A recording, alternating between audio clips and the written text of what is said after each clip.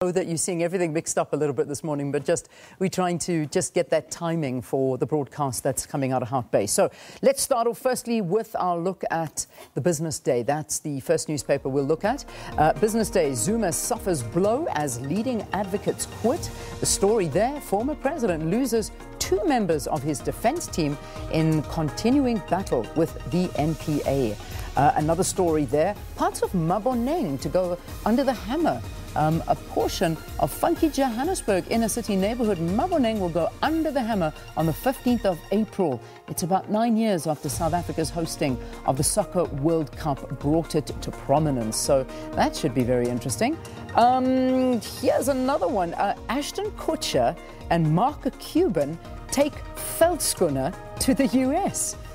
The Veldschoen has ditched its image as a hardy farmer's boot and is stepping into the US market after catching the attention of celebrity investor Mark Cuban and actor Ashton Kutcher. Isn't that amazing? So yeah, it should be interesting to see where the Veldschooen goes and to what height, who will be wearing a Veldschooen. So there you go. So now, if you remember, this is probably off of that show. What is that show? Shark Tank. Shark Tank. I do know that Mark Cuban and Ashton Kutcher on Shark Tank, so it should be quite interesting. So we'll see what goes on there.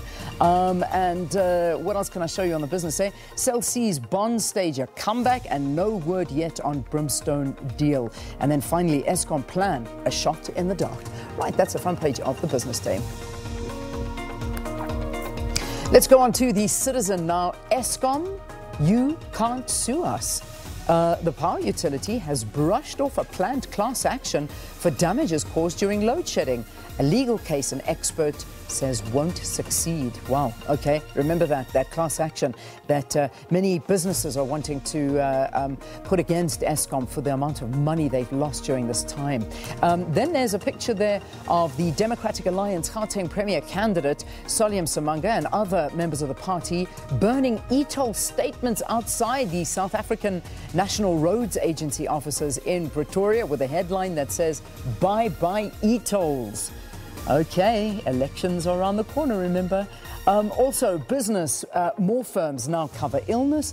And finally, creche abuser on bail after outrage. What an absolutely awful story. A woman who reportedly slapped a toddler for vomiting, seen in a video that went viral and caused a public outcry, appeared in court and is out on bail. The Sowetan also going with that exact same story, basically talking to this evil creche teacher, sweet.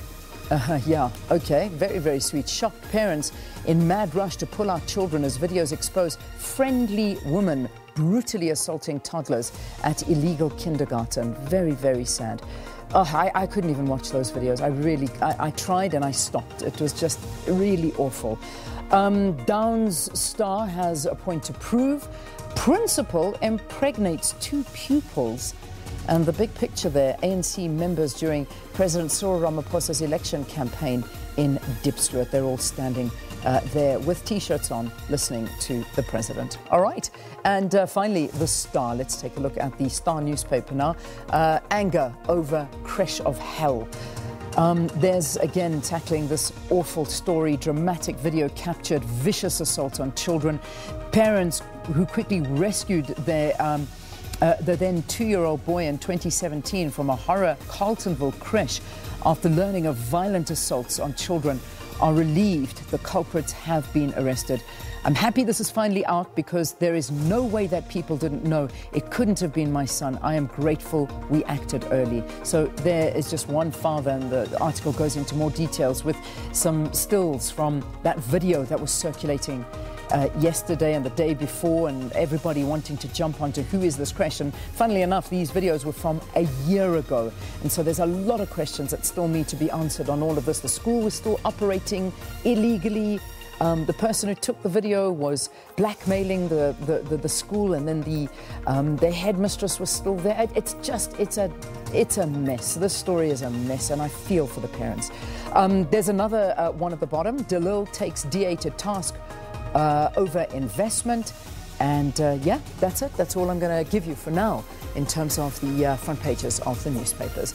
The time now is, what is the time? 22 minutes past 6. Valen, you know what I'm going through. I'm trying to find that time. We've got this beautiful clock, but everything's so small, so my eyes are being tested to the max here. How are we doing? How are the sports? How are things on the sports?